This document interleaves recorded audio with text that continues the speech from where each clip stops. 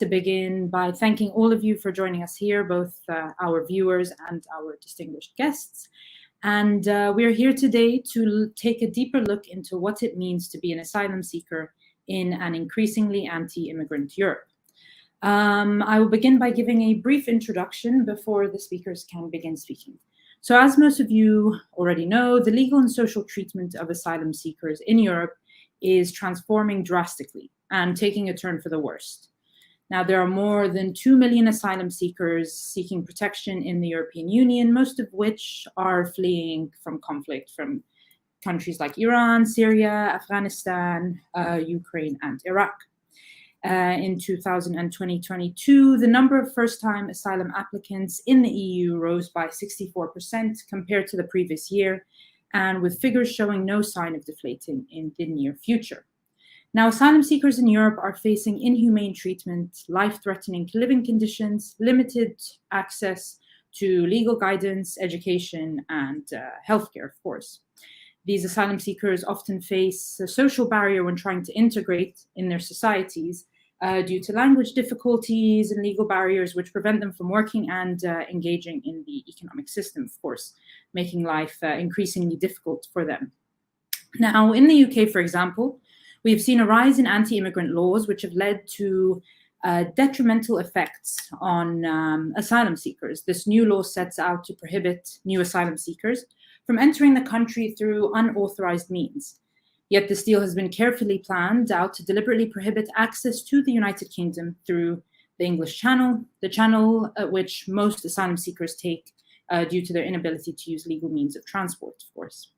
Now, the United Kingdom and the rest of the European Union's discriminatory legislations against defenseless asylum seekers needs to be, of course, effectively reviewed and reformed in an urgent matter.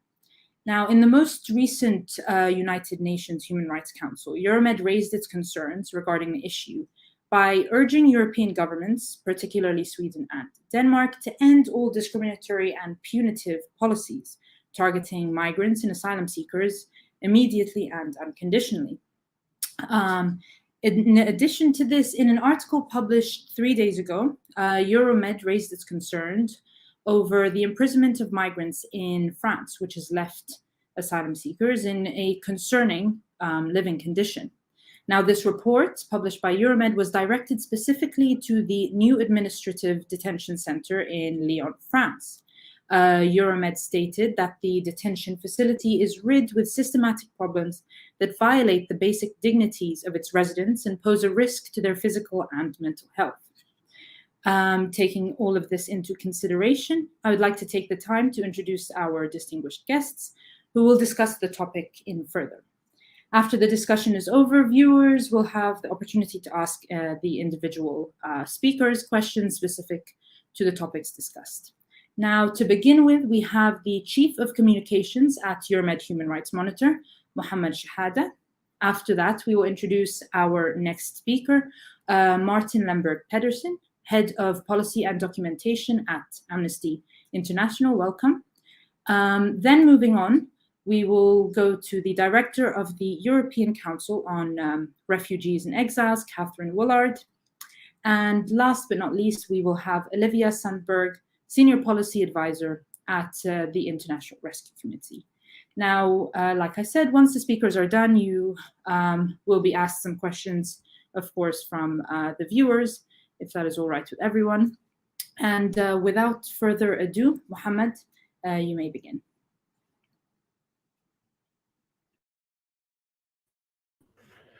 Thank you so much, Lara. And thanks for the other speakers here in the panel. Looking forward to your input, and thanks for joining us to the audience. I can start by reciting the very increasingly popular verse of poetry that nobody leaves home unless home is the mouth of a shark. But in recent months and recent years, the journey to reach safety and escape home, the painful journey, is becoming in itself just as dangerous as the wars, violence, persecution, and dangers that are back at home. Recently, hospitals in Tunisia ran out of capacity for taking in more bodies of drowned asylum seekers and sea migrants. as 2023, the first quarter of this year, registers the highest amount of drowning asylum seekers and sea migrants since 2017. And leading to this dangerous combination or this dangerous outcome is a very convoluted combination of reasons that are put in place to deter and prevent people from reaching to Europe and seek asylum by sea. If you start and take a look, for instance, at Italy's collaborations and the EU's collaboration with the Libyan Coast Guard, so to outsource all the dirty work, the policing, to capture migrants at sea and take them to conditions that are akin to slavery in some instances, and others, situations of extreme abuse. In the case of Malta, there were reports about the Maltese government paying private ship owners to snitch on sea migrants at sea. Added to this are the restrictions that are in Italy increasing on NGOs that conduct search and rescue missions at sea, and criminalization of this volunteer work. And this together creates a perfect storm that forces sea migrants and asylum seekers to take extra risky and extra dangerous routes at sea to avoid detection. And it increases the fatalities as a result. But this criminalization of asylum seeking or migration is also seen outside the borders of the EU on the east. So if you take a look, for instance, at Poland, declaring a situation of emergency in the woods that separated from Belarus so that they can do whatever they want to asylum seekers or migrants, use disproportionate and unjustifiable levels of violence, and deny access to media and humanitarian organizations to the area. A more extreme and egregious example is Hungary. A story that stuck in my head is one of a couple from Ukraine. The husband is from Syria, the wife is Ukrainian. They attempted to immigrate or seek asylum in the EU and flee the war through Hungary. At the border police stopped the vehicle in which they were driving. They took the husband out, they left the wife and their kid, daughter, I think, and they said, "You have no right to enter the EU." They took all of his belongings, shuttled him to Serbia, took away his passport, left him there. He tried to cross into the EU 7 times, but the Hungarian border is very egregious in that sense. If you try to cross through Ukraine, you have open access. If you try to cross through Serbia, so the people of color predominantly, they would unleash dogs to attack migrants and asylum seekers. If you move a little bit downwards to Bulgaria, you get just as ugly indication of the situation there, literally putting asylum seekers in cages and migrants, confiscating their belongings, kicking them out again to Turkey, to Istanbul. And this sort of atrocious behavior is indirectly or directly funded by the EU, because in Bulgaria, Hungary, and moving down to Croatia in a second, these border police operations are funded or receive funding from the EU in one way or another in the amounts of hundreds of millions of euros. And there hasn't been that sort of public outcry from Brussels on the matter. Go down to Greece, you get a similar situation. Attempt to cross by land, you will be beaten up, tear gassed, kicked back to Turkey. Attempt to cross by sea, and the Coast Guard, the Greek Coast Guard, will attempt violently push back against you. And Frontex will be there the whole time watching and doing nothing, if not complicit in the pushback. If you make it to Greece by some divine intervention, you will be locked up in a detention center, and then along with all the people that came on a boat, and one of them will be blackmailed, asked to return, to drive a boat all the way back to Turkey, to be allowed to stay in Greece for 30 days, to work for the police indirectly and do the dirty work, as corroborated by recent investigative reportings. If you, let's say, manage to cross Greece or manage to cross Bulgaria and got into Serbia or Bosnia, and you want to cross into the EU through Croatia, since 2020, there have been increasing reports about the Croatian border police beating up migrants, asylum seekers, stripping them naked out of their clothes, confiscating their belongings, using violent means to push them back. And one of the most egregious examples was basically shaving their heads off and spray painting a Christian cross on top of the heads of migrants coming from Afghanistan and Iran predominantly. Migrants and asylum seekers there resorted to extreme measures, according to recent reportings, to be allowed to cross into Croatia from Bosnia. So some of them would overdose on shampoo or on opioids or on drugs, so that as soon as they cross into the border, they would be in urgent need of medical attention and they would be taken to a Croatian hospital instead of kicked back. Nonetheless, they were kicked back in repeated, one example after another repeatedly. And the EU, in that sense, recently commended Croatia's performance of protecting the EU external borders, indirectly referring to this, of course, not directly. And Croatia was awarded the most recent membership in the Schengen zone without consideration to this egregious example of violence and illegal pushbacks. But if you somehow miraculously parachute inside the EU's mainland, let's say in Belgium, in Denmark, Sweden, Germany, then the situation is just as stark, starting from Denmark that declared a zero asylum policy, where Syrian asylum seekers and Iranian asylum seekers would be locked up in literal prison facilities, rejected asylum, but the state is unable to return them. And in some of these prison-like facilities, they are allowed to go in and out, but they need to register twice or three times a week. Otherwise, they face criminal charges and penalties. And these facilities are usually put out in remote areas, away from any sort of interaction with other human beings, locked up there indefinitely. Some of the asylum seekers there, or the rejected refugees, manage some way or another to accumulate enough money to buy cars that they can share together and go out in town. Then the Danish government used the jewelry law to confiscate these vehicles recently, according to some reports. So it just gets as egregious as possible to turn asylum seekers into a cautionary tale to prevent newer ones from coming in, and break the spirit of the ones that have reached already, so that they would return out of their own will to countries like Syria, where Denmark deems it unsafe to operate a diplomatic mission, but safe to deport asylum seekers back. Sweden is learning under the new right-wing government, is taking lessons out of Denmark. The Swedish Prime Minister recently commended Denmark's Rwanda plan of deporting asylum seekers and refugees to be processed and locked up in Rwanda in Africa.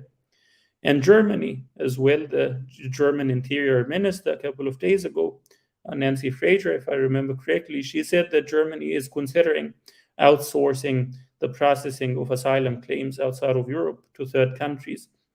So we get this growing hostile consensus that we don't want to deal with this anymore, and we need to just use any security measures whatsoever, legal or illegal, to prevent newcomers from reaching to Europe and to get rid of the ones that are already here as an unwelcome population. At the same time, regardless of all these laws, if you manage to file in an asylum claim, then the bureaucratic tormenting due to numerous reasons, for instance, overcrowding, the system is not able to absorb enough, or the system not willing to do enough. Asylum claims in Belgium or in the Netherlands can take up to 2 or 3 years to be processed.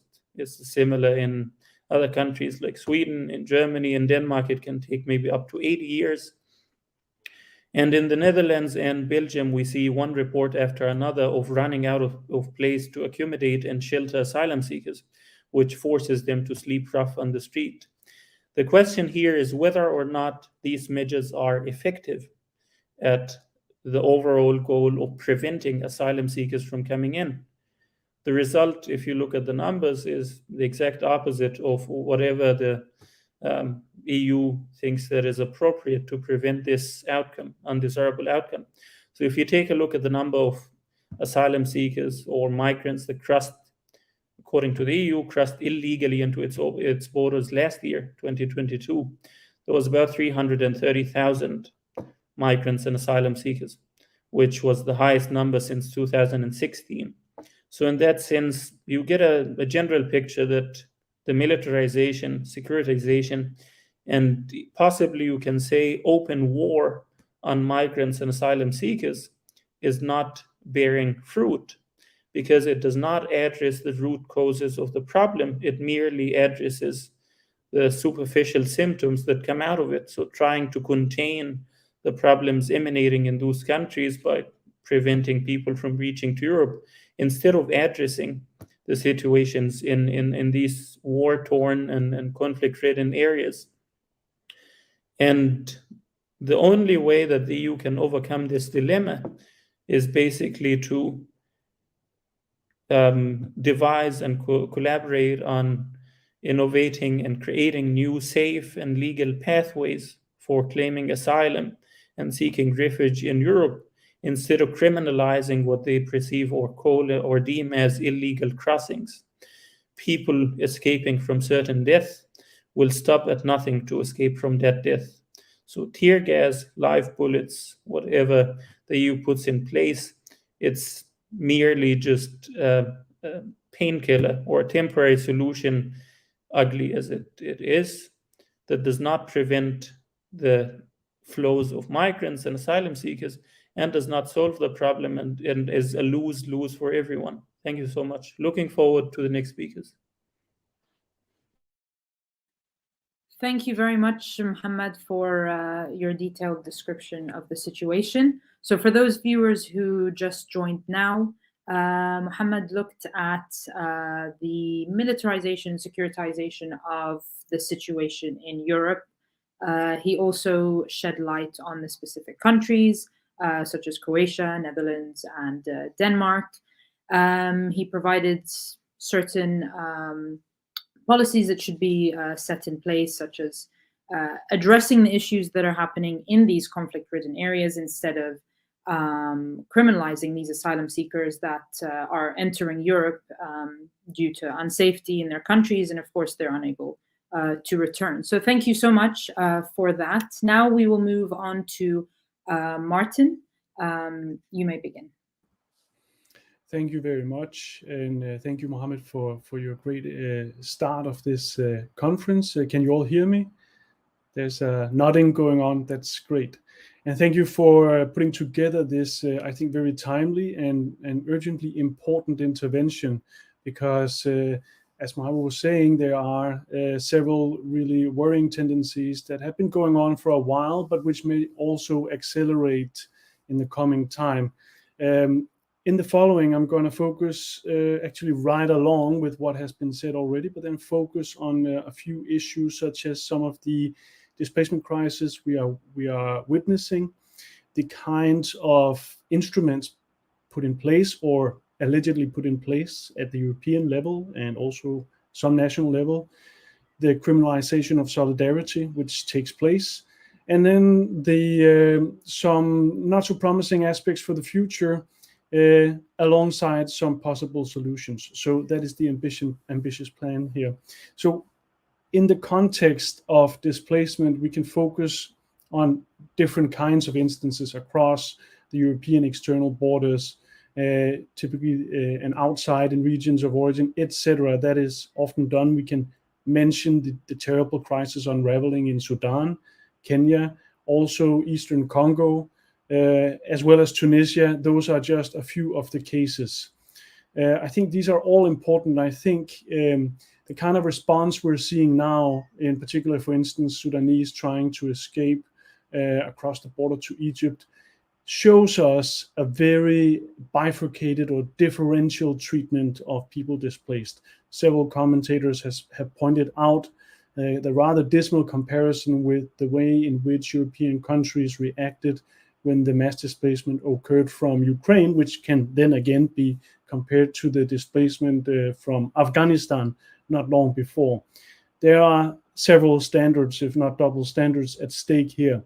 But I think another important point, besides focusing on these regions close to the EU, is the displacement that is increasingly happening within the EU.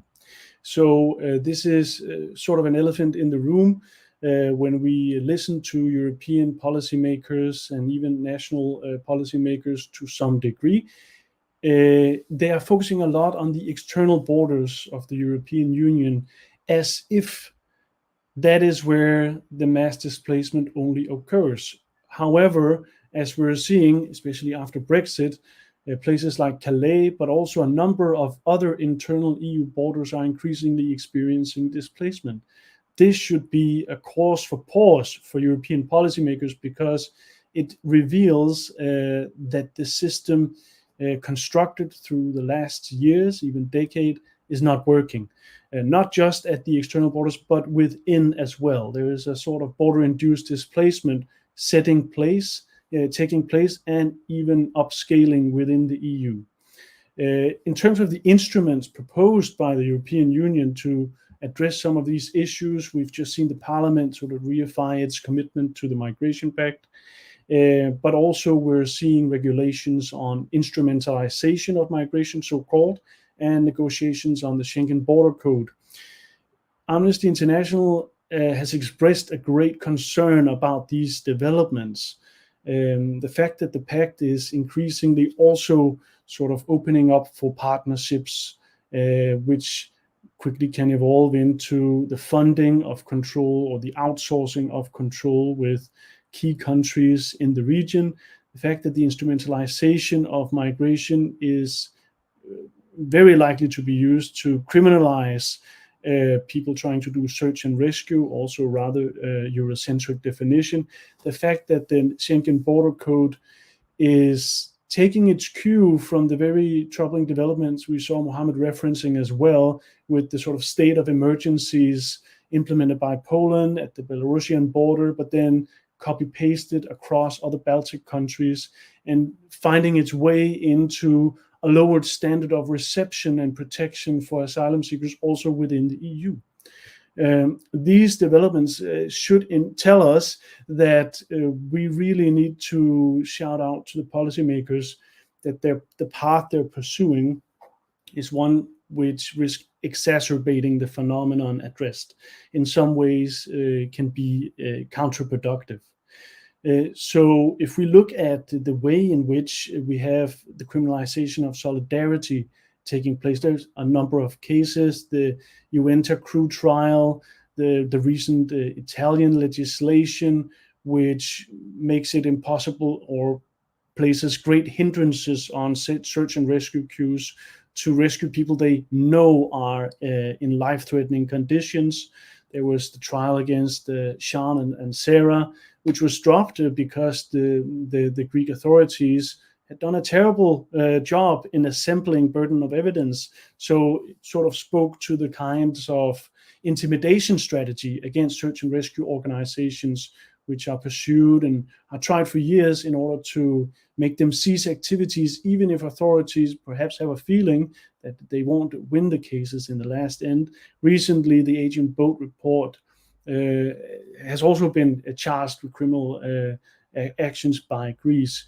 This kind of criminalization of solidarity is, of course, one that is designed to alleviate or actually to counter the kind of alleviation to the unsafe escape routes which we're seeing across the borders, external borders of the EU, and increasingly also within them.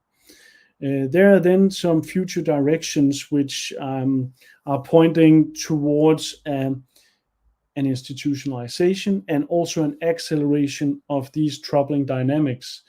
Amnesty are currently expressing reservations and worries about the AI Act at the EU level, and we're calling for the prohibition of, among other things, automatic risk assessment and profiling, predictive and analytical system, deception detectors, retrospective remote biometric ID, and so on. The point is that this kind of AI technology, machine learning, and biometric harvesting of migrants' data is something we are seeing increasingly opened up across a range of EU databases used for migration control. The Schengen Information System, Visa Information System, Entry-Exit System, Biometric Matching System, the Eurodac. There are a number of very profitable, by the way, contracts for these large-scale databases provided by European industrial leaders, which are at the risk of lowering the standards and privacy and data protection of migrants, both within and at EU's external borders. So in terms of the future precautions that we are calling for is exactly a focus on this automated exclusion, but also the ways in which, at a double level, the EU is now facing some kind of entrenchment from some actors like Denmark, then after Brexit, the UK especially also, but we're hearing stirrings. Perhaps it is domestic voter signaling, but it is worth taking serious stirrings towards externalization, or the idea of externalization. This is something I'll be very happy to discuss later on, because the Commission has actually reproached these bilateral member state efforts, whilst at the same time, of course, funding a country like Libya. We're seeing Egypt, Morocco, Turkey, etc. So the ways in which responsibility is placed in orbit or is dissipating after being outsourced is definitely also a great concern for Amnesty International. So in terms of just briefly hinting at the solutions, which we will discuss later on, this rather dismal picture I'm painting is one that, of course, coexists alongside other less profiled and perhaps not as politically popular initiatives. We are seeing, for instance, have been seeing in the Mediterranean, some rather sort of de facto multilateral alliances on relocating some boat migrants. This, I think, we can see it as certain member states acknowledging that the EU system and structure does not work, and which means that it is a sort of case by case and often tough negotiations and diplomatic tensions, and really member states not being served by the lack of a system that we see. In terms of sort of EU possibilities, there are, in the longer sort of chronological scheme of things, issues like protected entry procedures. This is an oldie and a goldie for perhaps in EU policy making, but one which sort of was successively dropped in favor of externalization in one way or another, or more militarized borders.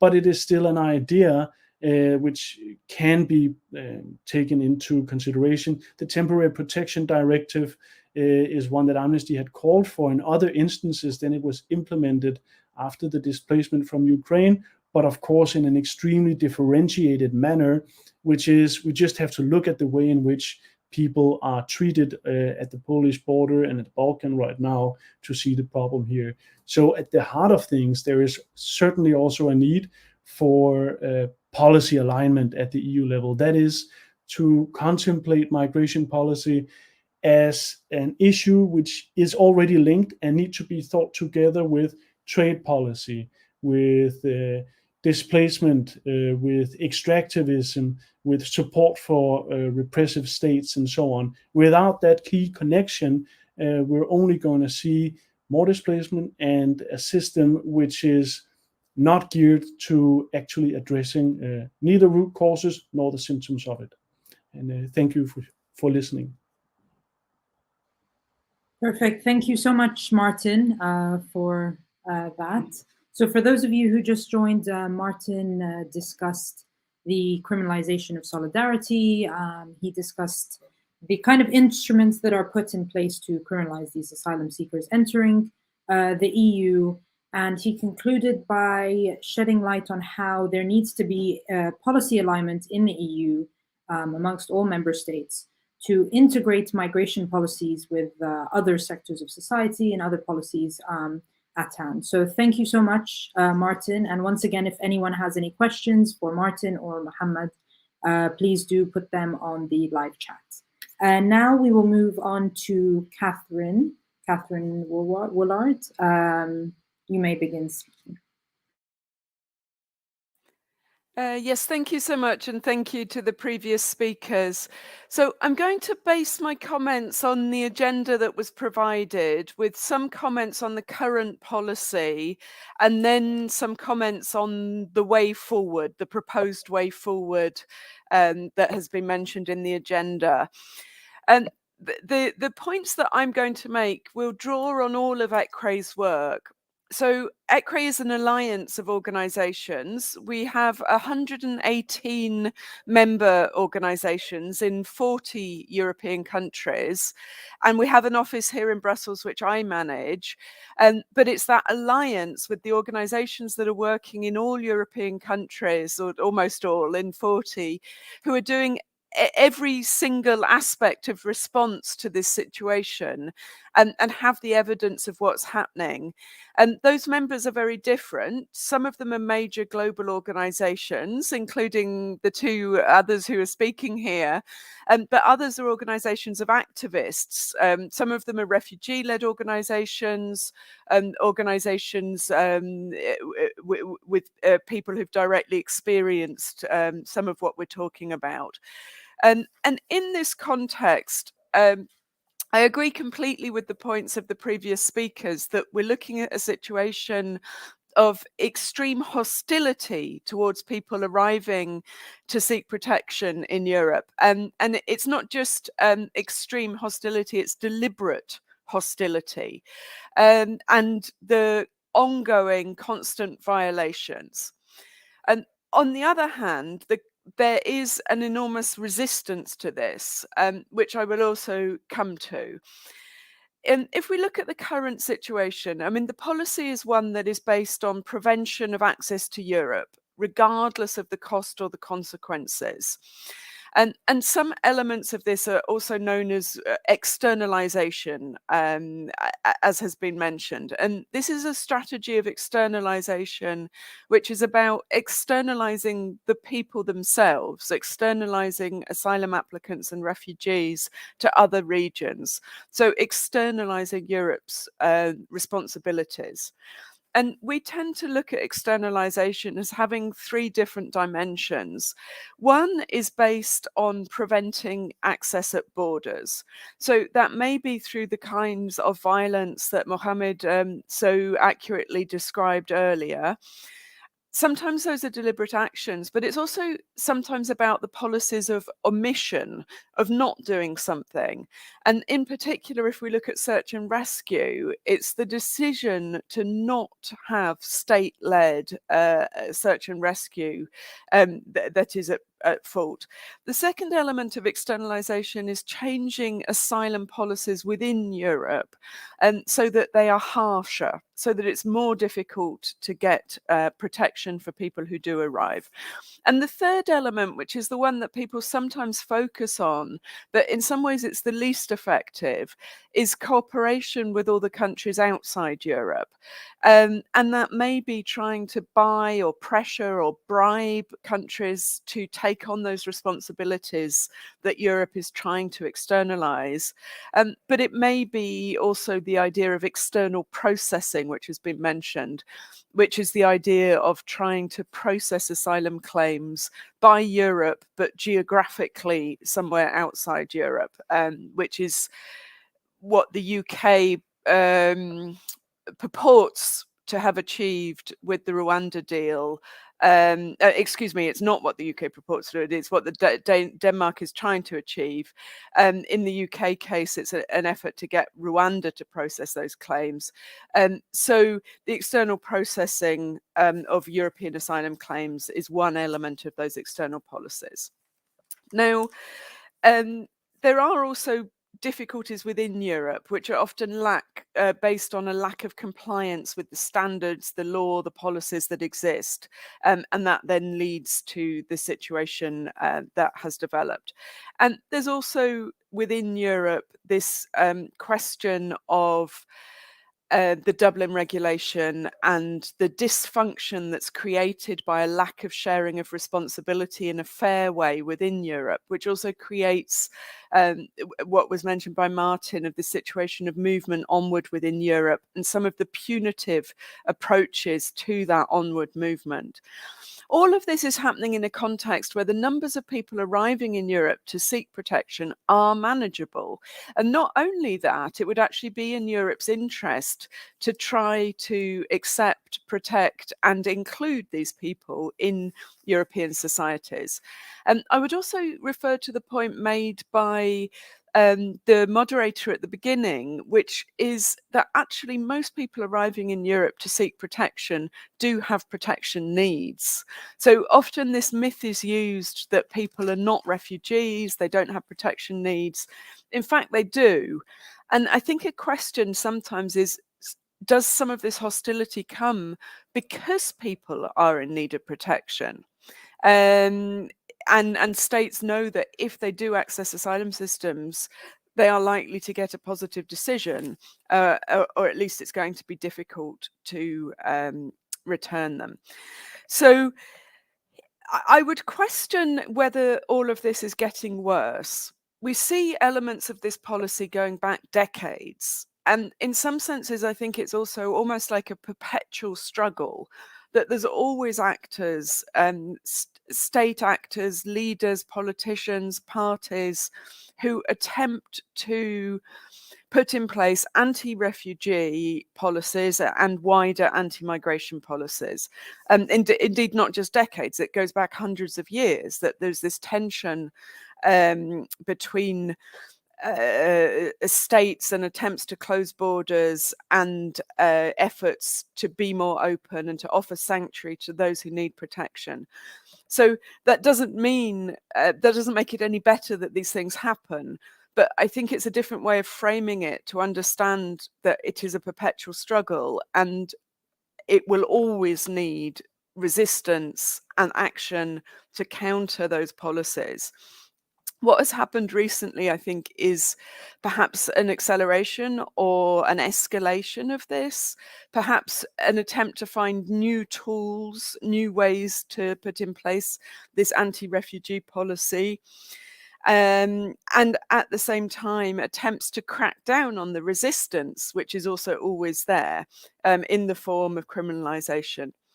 From our work in Brussels, looking at the European Union, one of the changes that concerns us is the fact that the European Union itself is putting forward this kind of policy. So it's not just coming from states, it's also coming from the EU.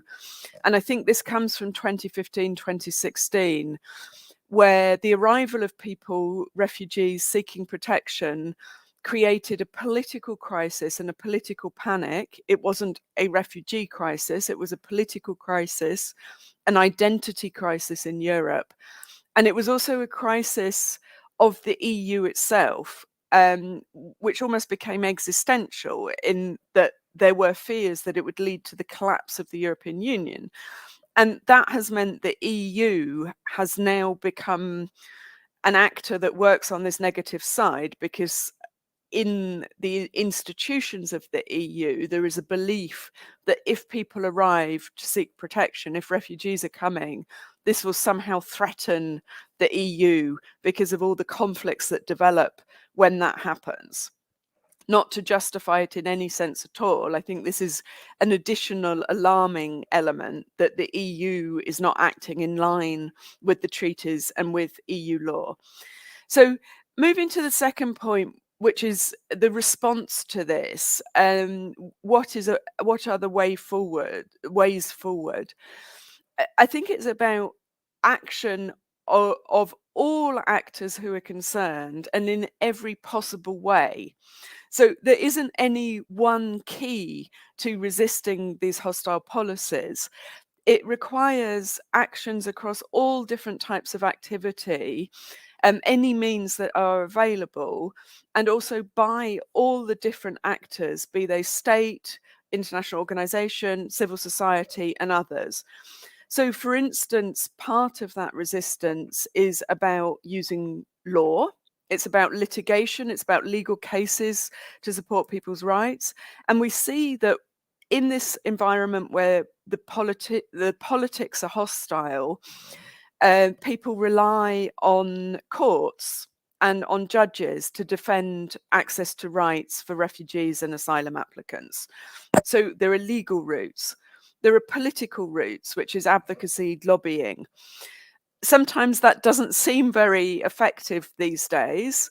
However, I'm sure the situation would be far worse if there wasn't active lobbying against some of these measures. The third area we can look at is communications and campaigning on this.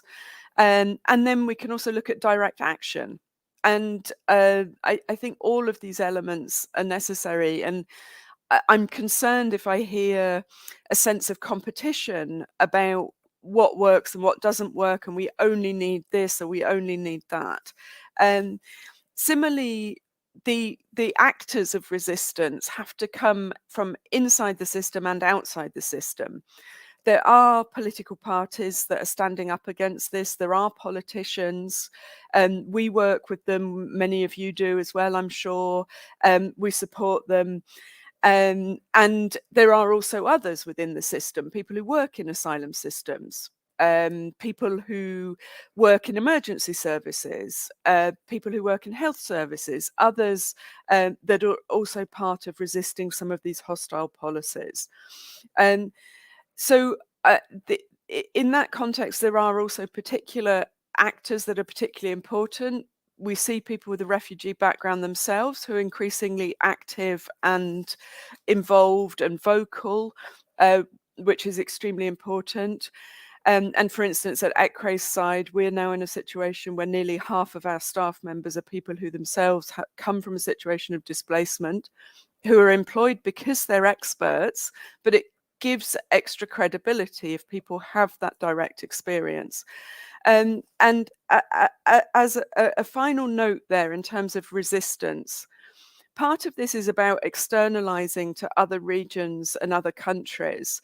I think given the work of Euromed Monitor, an interesting source of resistance is other countries. Apart from the deal with Turkey, which we condemn, and when we consider that to be illegal and unethical, but it is considered a success by policymakers because Turkey continues to prevent some people, at least, leaving from Turkey to come to Europe. And the reason that Turkey agreed to that are very particular reasons that are to do with the benefits to Turkey, which are not so much in the money. It's about the leverage that it gives to President Erdogan. It's about the carte blanche that Turkey has to push people back into its borders. It's about the rest of Europe ignoring internal changes in Turkey. But in many other countries, these attempts to cooperate and by cooperation don't work.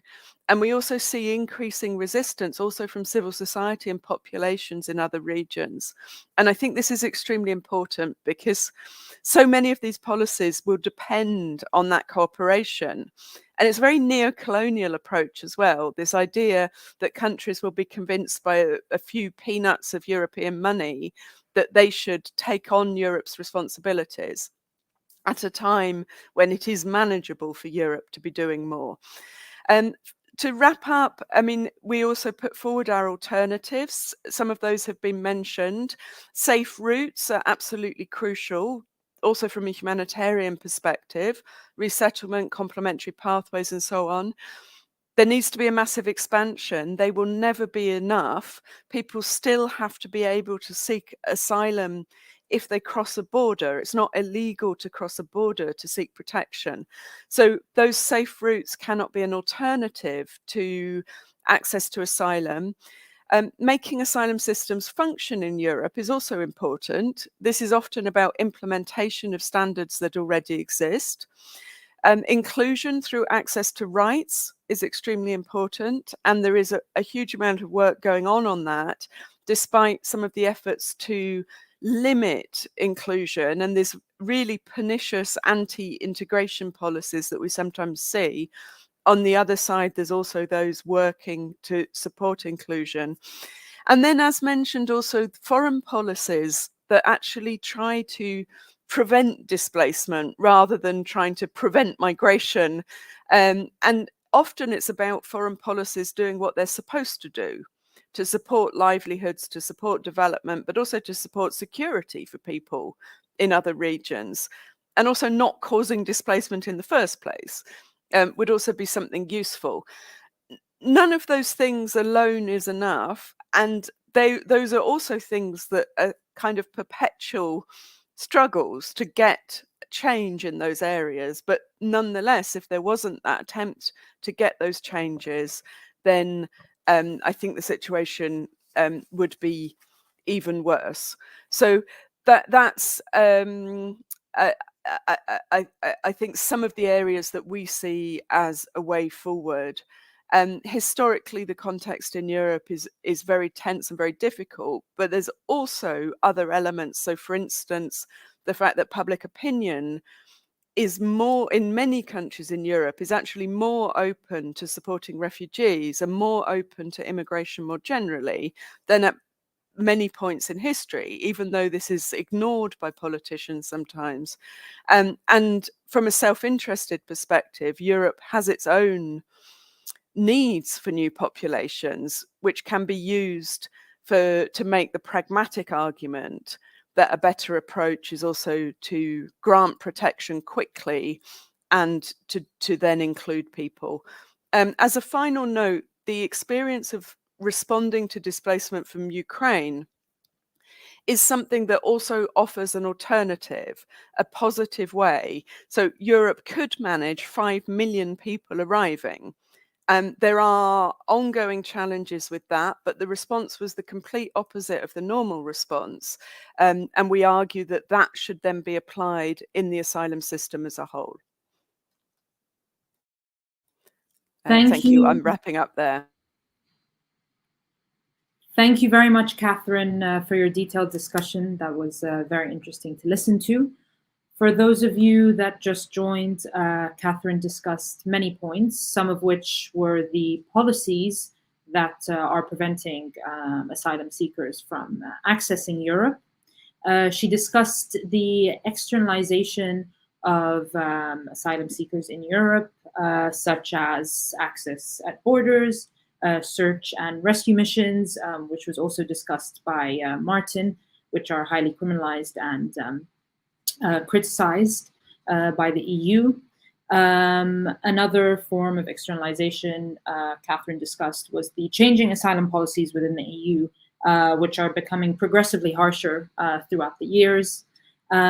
She wrapped up by discussing the alternatives that can be implemented by the states, such as safe routes, resettlement policies, all of which cannot be done by itself. They should all be combined into one. So thank you very much, Catherine. And finally, we have Olivia. Hi, thank you very much. Yes, very happy to jump in. It's a fun privilege to be the last speaker after such a distinguished panel that has also highlighted a lot of the challenges in EU asylum and refugee policies very strongly. I'm happy to give a few remarks on behalf of the International Rescue Committee. We're a humanitarian organization based in over 40 countries, delivering crucial assistance to people who are affected by conflict, affected by disaster, and we work across the arc of crisis, so supporting people from the countries where they are often displaced from to countries of transit, trying to expand the availability of resettlement and other safe pathways, to access to durable solutions, and then finally supporting them in accessing asylum and inclusion integration support in Europe and other host countries. So thanks very much for the invitation on letting us participate in this webinar. It's great to see this discussion hosted now in the context of a very severe, but I agree not entirely new, backsliding on territorial asylum responsibilities and in the commitment to refugee protection across EU member states.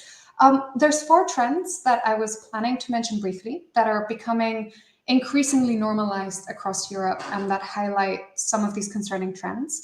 I'll briefly touch on some of these trends in relation to asylum, although many of these points have been excellently covered already. So rather than repeating everything, I'll focus on what the IRC has witnessed ourselves across the humanitarian programs and operations we run in Europe, and then add a couple more reflections on safe pathways and where we see some of the lacks and shortfalls there. So firstly, mirroring the structure that was provided by Catherine a few minutes ago, one first concerning trend that we're seeing is the widespread and mounting use of legal derogations or exceptions or other efforts to suspend or to weaken the right to asylum and to dignified reception in Europe. We're seeing this on one hand in proposals made at EU level, as was noted, but also that are already being implemented in national legislation. I think, first of all, we're very concerned by the worrying concept of instrumentalization that has already been mentioned, the notion that governments could undermine asylum responsibilities if it's in the case of neighboring governments or indeed non-state actors facilitating crosses or simply not preventing crossings of asylum seekers and other people on the move, but also other exceptions, other derogations in cases of crises or high arrivals, for instance. And these are being intensely discussed and negotiated at EU level, but also being implemented de facto at national level in a number of countries. And from the IRC's perspective, we see these measures as being unnecessary, as being disproportionate, as being ineffective, and indeed very dangerous. We see the risk that they will lead to arbitrary and automatic detention for several months for asylum seekers reaching Europe's borders, with reduced access to support, without effective remedies against decisions made on their detention, on their deportation.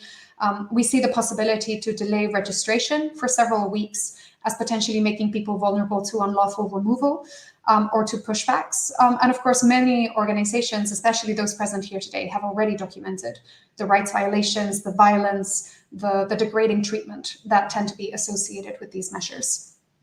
But besides these examples, another related concern is the systematic use of safe third country concepts by some countries, such as Greece, but also encouraged by the European Commission, to deny people access to fair and full asylum procedures. And in Greece, where the IRC has been present for some years, we've seen a growing use of the safe third country concept, in particular since a joint ministerial decision in June 2021 to deny individuals from 6 nationalities transiting through Turkey access to an asylum interview on their merits. So for example, asylum applications of Afghan or Syrian nationals arriving through Turkey are not examined based on their individual circumstances and the risks they face in Afghanistan or in Syria, but first they're presumed to be safe in Turkey, and only if Turkey is proven not to be safe are their applications deemed admissible and their applications examined by Greece on their merits. Just last year, Greece deemed nearly 2/5 of asylum applications by Afghans inadmissible on this basis. And while returns to Turkey have not been possible in practice, people have been stranded in Greece in a legal limbo as a result, lacking access to documents, lacking access to basic services, facing uncertainty, and often being forced to resort to very negative coping mechanisms. For example, falling victims to trafficking and to other protection risks. The second trend that I wanted to mention is that besides these legal policy changes, we are also seeing practices, some legal, some not legal, that deny people access to protection, to dignified reception upon arrival in Europe, but rather increase humanitarian needs at borders. These include, of course, violent pushbacks, also family separation, non-assistance at borders and at sea, mainstreaming of detention, a negative use of technologies and border infrastructure, including these now revitalized discussions on EU funding for these kinds of fences and structures, criminalization of migration and solidarity efforts, and a number of other challenges that I think Mohammed summarized better than I could have. I would just add on this that the IRC teams in Greece, in Serbia, and in Italy have been hearing testimonies and witnessing the very severe injuries sustained by refugees who explained that they were intercepted, attacked, or pushed back by authorities when crossing borders.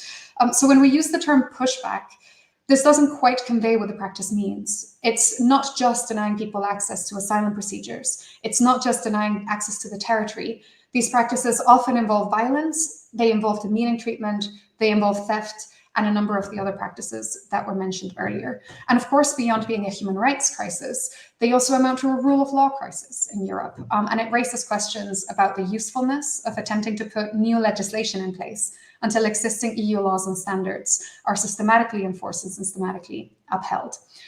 As Mohammed also rightly mentioned, this deterrence and containment-based approach doesn't end. When people enter the EU's territory, a related challenge, for instance, is the lack of dignified reception and long-term housing upon arrival. This is the result of a number of factors, chronic underinvestments by governments being chief among them, partly as a deterrence measure, a growing reliance on detention or detention-like models for reception, a recurring use of undignified or emergency ad hoc accommodation that doesn't meet EU standards are all part of this trend. But these practices are leading to many people sleeping rough, detained in conditions that are very detrimental to their mental health, and makes it very hard to focus on an asylum interview, to say the least. But they also lead to a suspension of resettlement flights or arrivals through humanitarian admission repeatedly, because governments don't have anywhere to house refugees who were promised this pathway because of their own lack of investment into it. To take one example from Greece, again, the reliance on closed controlled access centers, so the centers that are EU funded and becoming the primary form of accommodation in the islands, is leaving people isolated and unsupported in ways that the IRC has long been warning about. These centers are in very remote locations. They're isolating asylum seekers from local communities, from basic services, from being able to purchase hygiene items or clothes on a regular basis. Their environment is detention-like. It includes extensive surveillance, barbed wire fences, strict restrictions on entry and exit. It makes it harder to receive legal aid. It's harder for NGOs to operate and offer support. There's recurring infrastructural problems. There's a lack of safe accommodation or protection resources for women, children, or LGBTQIA individuals. So of course, this policy of containment has extremely severe consequences for people's well-being. And the IRC has reported extremely alarming rates of depression, of anxiety-related symptoms, including suicidality among the asylum seekers that we support in Greece. So the consequences of this are urgent and they are severe. A third trend is externalization through agreements with partner countries to further deny access, including cooperation frameworks like EU-Libya, EU-Turkey, and beyond, but also the growing use of conditionalities in external partnerships. Namely attempts by governments to use different kinds of cooperation to incentivize readmissions, border controls, whether through trade, through visas, through development aid. And we see very strong political pressure from governments to maintain these conditionalities going forward, to prevent arrivals or to bolster returns. So these trends are some of the ones that we've focused the discussion on so far. The fourth trend, though, that I'd like to focus on is what is happening in tandem, and that is the severely lacking efforts by European governments to expand pathways to safety for refugees and others who need it the most. And this is what I think makes these developments around asylum particularly cruel, is that they come in parallel with a shutting down of alternative pathways that people could take to access safety, making territorial asylum all more important. And this is the case for first refugee resettlement, but also humanitarian admission and other complementary pathways. So firstly, on resettlement, this year in 2023, resettlement needs globally are at record levels. UNHCR stated last year that 2 million refugees are expected to be in need of this durable solution. So these are people with particularly severe needs in urgent situations who have fled their countries and are hosted in countries in the region, for example, neighboring countries, but do not have access to long-term integration or to all the support that they need. Recent crises, such as the COVID-19 pandemic, the Ukraine refugee response, have been severely setting back annual resettlement commitments in Europe. And it's led to governments failing to meet their pledges and then reducing their future commitments. So for example, the EU last year only resettled under 17,000 people. That is just 1.1% of global resettlement needs. This means that at the current pace, it would take the EU 60 years to meet just half of today's current resettlement needs. So clearly these pathways need to expand, and the delays and the failure to implement commitments need to be addressed. There's also files like the Union Resettlement Framework at EU level that would help to safeguard this pathway and to make resettlement a sort of central pillar of European migration and asylum systems. And it would also demonstrate that win-win agreements and responsible policymaking is still possible in the migration and asylum sphere. This file was recently agreed to between the European Parliament and the Council in December, but we now need to see it formally adopted and swiftly put into practice and operationalized by the European Commission. So that's on resettlement. And then on the other hand, in terms of humanitarian admissions and complementary pathways, one case study that the IRC has been looking at very closely is the response to the Afghanistan emergency. So since 2021 and the shift of power in the country, European governments made a number of commitments to expand pathways to safety for Afghans at risk through humanitarian admissions, through evacuations, through resettlement, and beyond.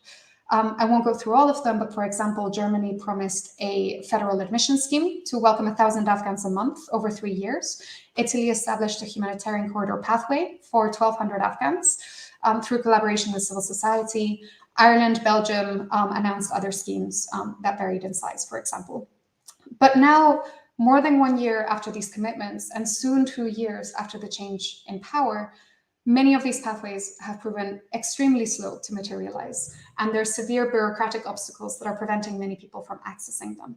So the IRC is now finalizing a report that highlights some of these challenges, which mean that for many Afghans in the country and in the region, protection pathways are as distant as ever before.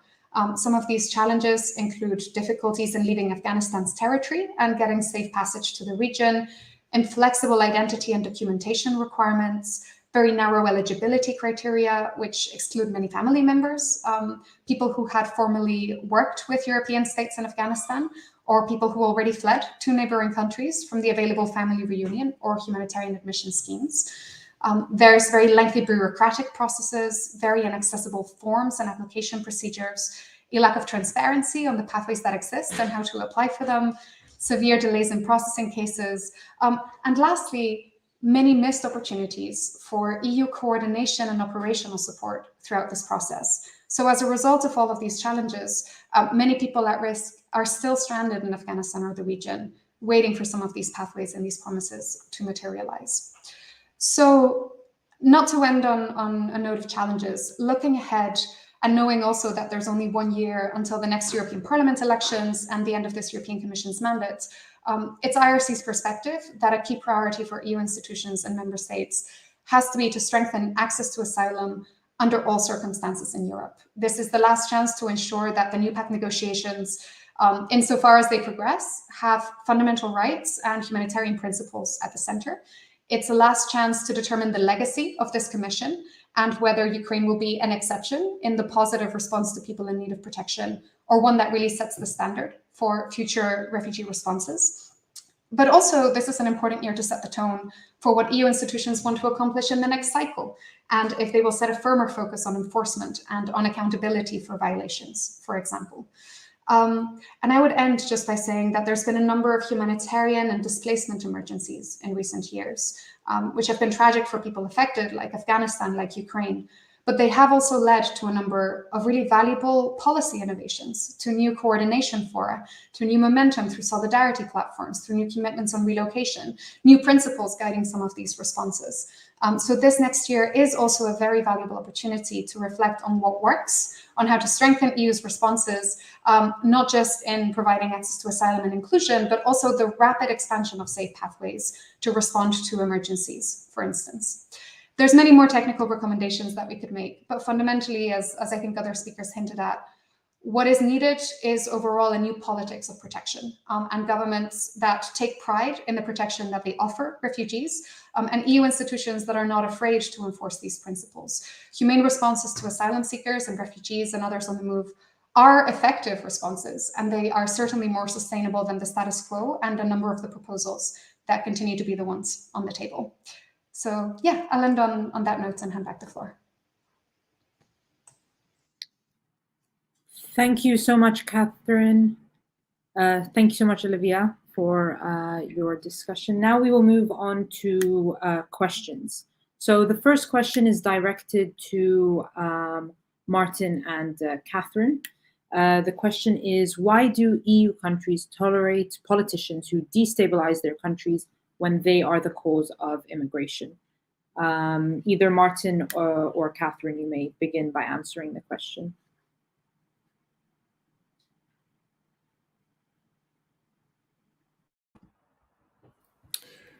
Yeah, I'll give it a try. I just want to make sure I understood the question properly. Could you say it again? Yes, of course. The question is, why do EU countries tolerate politicians who destabilize their countries when they are the cause of immigration? Well, at the outset, we have to look at what policies are causing immigration. Are we talking about, for instance, let's wrap it up to the case which has also been mentioned already, the case of Danish externalization ideas or dreams or in collaboration with Rwanda. So at the outset, I just want to say about this policy, which has been pursued by the Frederiksen government very vehemently, and is trying to lobby a lot of other European governments to do so. Lately, also the Swedish, which was referenced as well. This is a case where we're seeing collaboration with a deeply repressive regime, the Kagame regime in Rwanda, a regime which is causing displacement and forced disappearances of journalists, of opposition politicians, etc. But more notably, also causing hundreds of thousands of people being displaced right now in the neighboring eastern Congo, where Rwanda is supporting the M23 militia with troops and equipment, etc. So here we have a case of a European politician who is trying to acquiesce a deeply repressive regime into accepting a very small number actually, of Danish asylum seekers, which hasn't happened. There is no deal, let's be clear about that. And actually, in January, the current administration backed down from this policy, saying we're no longer negotiating with Rwanda. So there's a shift in the Danish policy. But for a good number of years, there was exactly this. The question, why is this being accepted? I think it is because of the fundamental disconnect several speakers were talking about earlier, which has to do with an almost exclusive focus on avoiding asylum seekers, but detrimental to a just as necessary focus on who you are collaborating with in order to do that, and of course the human rights conditions that you're creating. There's a number of cases, not just with Rwanda. We could mention Egypt, which has tens of thousands of political prisoners. Also mention Morocco. Catherine was referencing the internal situation in Turkey as well, where this idea, this exclusive focus on avoiding asylum seekers is done at the expense of actually long-term, rather predictable consequences of such collaboration, which includes the creation of displacement or the exacerbation or the continuation of displacement. So to answer the question, we can perhaps end up saying that it has to do with a short-sighted view, which dominates a lot of European politics on avoiding asylum seekers, even if that turns very quickly counterproductive and, of course, deeply problematic from a human rights perspective. If I might jump in, I think this is an interesting question from Ayak Loria there. We could say, first of all, external policies are always full of contradiction. Every country's external policy pulls in different directions. For European countries, but also for other countries, they may be doing something positive with one hand and something negative with the other hand, or having policies that have some objectives and policies that have opposite objectives. So I think that's unfortunately inherent in external policy.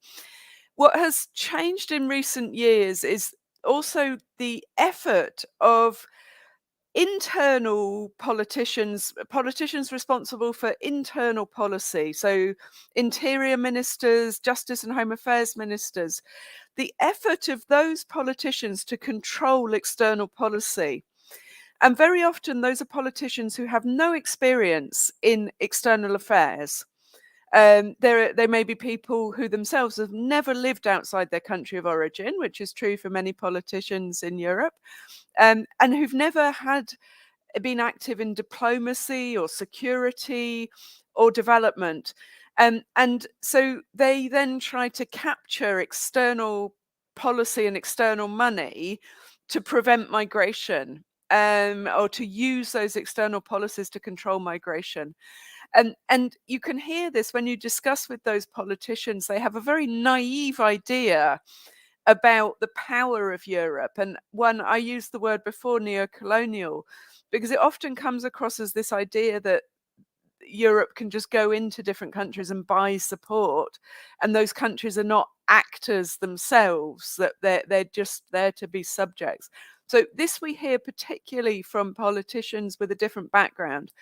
And this also leads to some contradiction, because you have a resistance then from diplomats who find it embarrassing that the policies in a particular country are now supposed to all be about migration control. And I had the experience myself of being in meetings, for instance, with African Union ministers in Addis Ababa, and hearing the EU's ambassador talking about the need for all the countries within Africa to prevent migration and this very European agenda. And you could see that the ministers from African countries find this absurd. I mean, they think Europe's gone completely mad, and they're not willing to go along with these things. But the diplomats have a sense that what they're saying is kind of embarrassing. So I think some of those are the different elements. The final point I would mention is that these policies have become perhaps more counterproductive, because this kind of cooperation on migration, where the objective is just to prevent people from leaving a country or transiting a country, those policies work best with undemocratic leaders. So the EU can, and other European countries, manage to buy cooperation. The example of Paul Kagame has been mentioned, who is both a provocateur and the questions about what's happening within Rwanda itself. But it was previously easier to cooperate, for instance, with Bashir in Sudan, because there wasn't public opposition in the same way that we've seen, for instance, opposition in countries of West Africa, North Africa. And the more democratic, in a way, a country, the more likely it is that the population comes out and protests against these deals with Europe. So the cooperation is more likely with repressive leaders, and those are the leaders that themselves may be creating displacement.